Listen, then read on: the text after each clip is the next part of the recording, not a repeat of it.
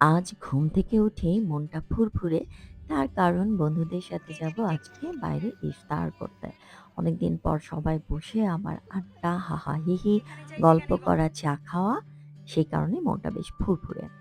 ঘুম থেকে উঠেই বারান্দায় গেলাম, চারিপাশ দেখলাম। এখন একটু ঘরের টুকটাক কাজ-টাজ করব, ঘরবাড়ি দেখব, গুছাবো, সব জায়গা মতো রাখবো। কারণ হাবিজাবি হয়ে থাকলে আমার ভালো লাগে না। সব পরিপাটি টিপটপ থাকা চাই। সেই পরিপাটি টিপটপ থাকার জন্যই ঘরবাড়ি ঘুরে, ঘুরে দেখছি কোথায় কি হয়েছে, কোনটা ঠিক আছে, কোনটা বেঁকে গেছে, সোজা আছে এইসব।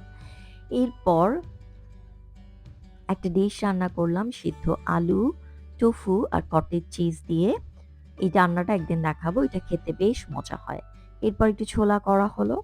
এগুলো সব রেডি করে রাখা হয়েছে যে বাসায় যদি কেউ ইফতার করতে আসে, মানে আমার হাসব্যান্ড যদি ইফতার করতে আসে তাহলে যেন খেতে পারে। এদিকে আমার পিজিএন এর ব্যাগ শেষ হয়ে গেছে। কারণ এত মেলা আমি কখনো একসাথে করিনি এবং আল্লাহর রহমতে খুব ভালো রেসপন্স ছিল। তো আমার ব্যাগ শেষ হয়ে গেছে এবং এত দ্রুত কেউ আসলে ব্যাগ করে দিচ্ছে না আমাকে।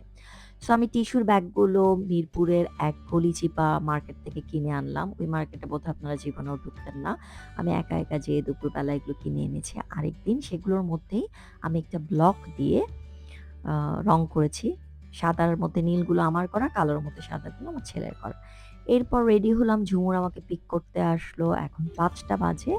আমরা চলে যাচ্ছি দৌড়ে ইফতার করার জন্য।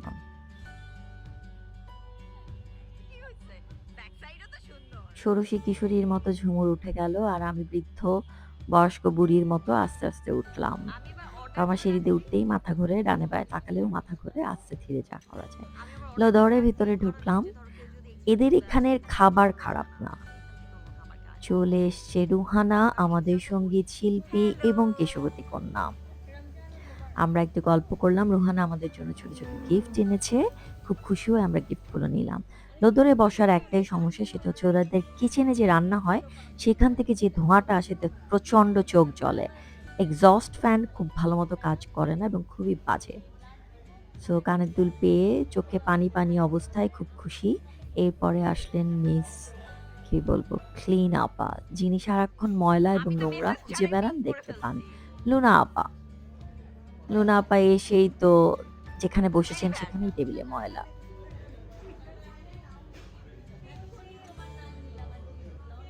বলে না যেখানে বাঘের ভয় সেখানে রাত হয়। এরপর আসলেন কামরুন। কামরুন হচ্ছে আমাদের শিক্ষিকা প্লাস হচ্ছে হোমিওপ্যাথি ডক্টর। তো কামরুনের কাছ থেকে আমরা অনেকেই নানা ধরনের টিপস নিই। আমাদের ইফতার দিয়ে দিয়েছে। বাকি ২ জন এখনো এসে পৌঁছায়নি। নওশীদ এবং তন্নি। আমি টেক্সট করলাম, "তোমরা কি আসবা?" আমাদেরকে একটা ড্রিংকও দিল। আমরা গল্প করছি, হাসাহাসি করছি, হাহা হেহে চলছে। চোখ জ্বলছে, এর মধ্যে হাসাহাসি হচ্ছে। কামরুন আর আমি ভিডিও করলাম, ছবি তুললাম এবং লুনা উত্তেজিত চোখ জ্বলা নিয়ে কি করা যায়? এরপর আসলো আমাদের HR আপা, তন্নি। আপা খুবই আস্তে ধীরে কথা বলে, আপা কিছু খায়ই না বলা চলে। আপা একেবারেই 35 কেজি মনে হয় বা 40 কেজি। আর আমি হচ্ছি 60 কেজি। সহ্য হয় এসব? এরপর আমাদের ইফতার চলে আসলো। এখানে প্ল্যাটার 1, প্ল্যাটার 2 আছে ইফতারের জন্য। বেশিরভাগ সবাই প্ল্যাটার 1 নিয়েছে যেটাতে চিকেন। আমি আর লুনা নিয়েছি প্ল্যাটার 2 যেখানে বিফ আছে। সেখানেও চিকেন আছে বাট প্ল্যাটার 2 টা আসলে মজা বেশি। আর HR আপা নিয়েছে হ্যাশ ব্রাউন। এরপর আসলো নওশীদ, আমাদের শিক্ষিকা, ইংলিশ টিচার চলে এসছে। আমাদেরকে ইংলিশ শেখাবে একটু পরে। বেচারি বনানী থেকে অনেক দূর থেকে আসে, তন্নিও অনেক দূর থেকে আসে। এরপর আমরা একটা ক্রোসেন্ট নিলাম। এই ক্রোসেন্টটা খেতে খুবই মজা। এটার ভিতরে খুব সুন্দর একটা ক্রিম দেওয়া থাকে যেটা খেতে খুব ভাল লাগে। এরপর কফি। ক্রোসেন্টটা আমরা ভাগ করে সবাই খেয়েছি। কারণ এত খাওয়ার পরে ক্রোসেন্ট খাওয়ার কোনো জায়গা নেই। এরপর হচ্ছে আসল কাজ, বিলের পালা। এখানে কয়েকজন কফি খেয়েছে, কয়েকজন খায়নি। সেই কারণে ২ ধরনের বিল করা হলো এবং HR আপা, লুনা আপা মিলে জটিল প্রক্রিয়াতে সেটার ফ্র্যাকশন বের করছে এবং এখানে টিপসের টাকা থেকে শুরু করে প্যাটের টাকাও পার হেড একেবারে সমানভাবে ভাগ হয়েছে। এই ভাগ দেখতে, দেখতে আমাদের স্ট্রোক করার মতো অবস্থা হয়েছিল। এরপর কামরুন টাকা গুনে সেটা আবার ঠিকঠাক করে দিচ্ছে। মানে বিশাল জটিল একটা কমপ্লেক্স কাজ এখানে হচ্ছে। আপাদের চেহারার এক্সপ্রেশন, কোটি টাকার বিল। এরপর ছবি তোলার পালা, নানা রকম ছবি আমরা তুললাম। কোথায়, কোথায় ছবি তুলেছিলাম, সিঁড়িতে, গাড়িতে সেগুলো সব ছবি একসাথে এখানে আমি দিয়ে দিলাম। এবং ফ্রেন্ডদের সাথে বের হওয়ার এটা একটা ফান হচ্ছে অনেক রকম ছবি তোলা। হাসাহাসি করা একই ছবি ১৪ বার তোলা, ক্যান্ডিড ছবি তোলা, এটাই ভালো লাগে এবং মেয়েরা যেই বয়সেই থাকুক না কেন অলওয়েজ ষোড়শী। সারাক্ষণ হাসাহাসি, হাহা হিহি, গল্প করা এটাই হচ্ছে ফান এবং এটাই আমাদের রিক্রিয়েশন। আমাদের মেন্টাল স্ট্রেস এটাতেই কাটে। ইফতার খেয়ে আমরা আবার কিছুক্ষণে চলে গেলাম আইফেল টাওয়ার দেখতে প্যারিসে। প্যারিস থেকে ফিরে এসে আবার চাঁদে গেলাম। চাঁদের সাথে একটা ছবি তুলে নিলাম। আপা, লুনা আপা কোনোভাবেই চাঁদকে ছাড়বেন না, তাই একা তার চাঁদের সাথে একটা ছবি। এরপর আমরা লিফটকেও বাদ দিইনি, লিফটের ভেতরেও একটা ছবি। এখান থেকে এখন যাওয়া হচ্ছে চা খেতে, কারণ লুনা আপার কফি খেয়ে কোনোভাবেই মন ভরেনি, তন্নি আপারও না। যেতে হবে চা খেতে। চা খেতে আপা আমাদেরকে নিয়ে যাচ্ছেন। আমরা অনেকেই গাড়ি আনিনি। ২ টো গাড়ি মাত্র আজকে এসেছে। সো আমরা লুনা আপার গাড়িতে উঠছি। আর তন্নি আপার গাড়িতে লুনা আপা, তন্নি আপা উঠেছে। গাড়ি আমাদেরকে নিয়ে দৌড় থেকে চলে যাবে হচ্ছে মিনা বাজারে। মিনা বাজারের উপরে শায়ার নামে কোনো একটা রেস্টুরেন্ট আছে যেখানকার চা অপূর্ব মজা এবং বসার জায়গাটা খুব সুন্দর। তো আমরা চলে গেলাম সায়ানে। সায়ান নাকি বাংলা শব্দ, এর মানে হচ্ছে ঢেউ। ইংরেজি টিচার নওশীদ আমাদের শিখিয়েছে। আমি এটা জানতাম না। এরপর আমরা লিফটে উঠছি।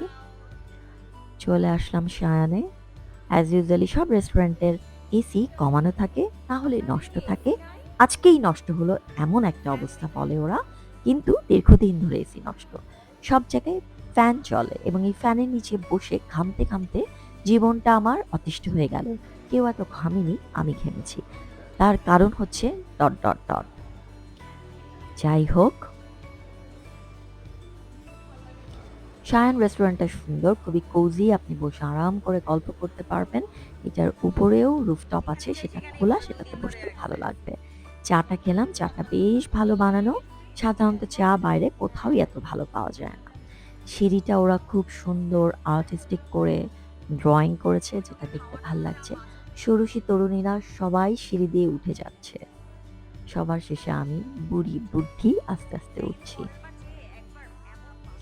চলে গেলাম ছাদে। ছাদে গাছ দিয়ে খুব সুন্দর করে কোজি একটা বসার জায়গা করেছে। কিন্তু এখানে একটা টুইস্ট আছে।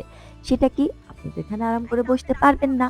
কারণ মশা ভাইয়া আপনাকে কোনোভাবেই আরাম করে বসতে দিবে না। উনি এসে আপনাকে একটু পরপর খোঁচাবে। খুঁচিয়ে আপনাকে রক্তাক্ত করবে। এরপর আপনি ঠিক করবেন বসবেন না, চলে যাবেন। এতেই তার মজা। সে তাকিয়ে দেখে যে মানুষ বিরক্ত হয়। মানুষ পারছে না ছোট্ট এই একটা প্রাণীর সাথে। প্রাণী বলবো না কি বলবো, কীট বলবো। তো সে এটা নিয়ে মজা পায় এবং সব মশা ঝুমুরকে কামড়াচ্ছিল বা কাটছিল লোদরে, সেটা এখন আবার আমাকেও কামড়ানো শুরু করলো। লুনা আপার ঝুমুর আপা আজকে প্রচন্ড ফর্মে আছে।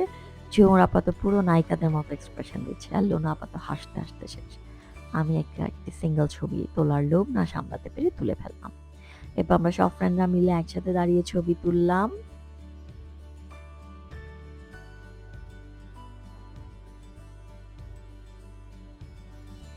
অনেক হাসাহাসি হয়েছে, অনেক গল্প হয়েছে। সেই বিকেল ৫টায় এসেছি, রাত ৯:৩০ বা ৯টায় বাসায় ফিরেছি।